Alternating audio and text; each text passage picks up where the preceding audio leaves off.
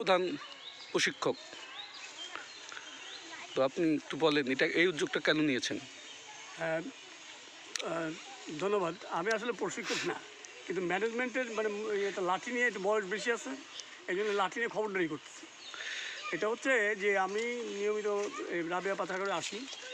নজরুলের জায়গাটা ও তো এখানে থাকে না, ফলে আমি আসলে দেখা যায় যে একটু সবাই মান্যগণ্য করে, বয়সের কারণেই এটা হয়। ফলে আমরা একদিন দেখলাম যে বাচ্চারা অধিকাংশ বললাম যে তোমরা কে কে সাঁতার জানো, তো দেখা গেলো অনেকেই হাত তুলতেই পারে না। হাত তোলো, তোরা হাত তুলো না।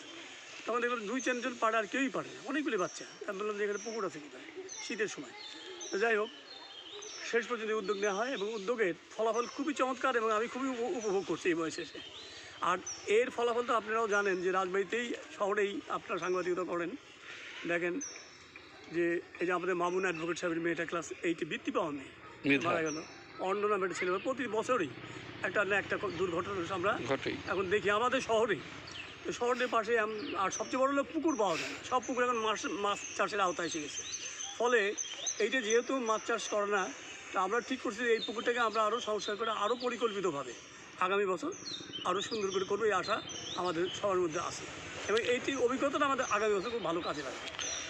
এবার কতজন বাচ্চা অংশ নিয়েছে? তা প্রায় 25-30 জন অংশ নিয়েছে, 30 জনের উপরে।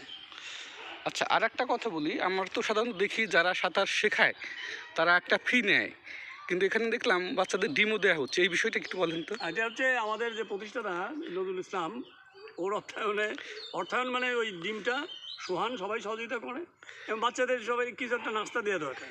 আচ্ছা, একদম রোজা রমজানের দিন এই বেলাটা খাবার টাবার খুব ভালো পাওয়া যায়, সিঙ্গাড়া টিঙ্গাড়া এগুলি না পাওয়ার কারণে আমরা সবাই ঠিক করছি একটা করে ডিম সিদ্ধ করে রাখা হবে, সব বাচ্চাদের একটা করে ডিম দিতে হবে, মানে 2 ডিম। যে সাঁতার শিখবে সে একটা করে ডিম পাবে? একটা ডিম, হ্যাঁ, একটা করে ডিম আমরা প্রতিদিন দিই বাচ্চাদের। এখানে টোটাল বাচ্চা কতজন? এখন প্রায় 30 জন। 30 জন বাচ্চা। 30 জনের উপরে আছে না, উপর থেকে 30 জনের উপরে। আমি গড়ে মানে এর মধ্যে ড্রপও হয়।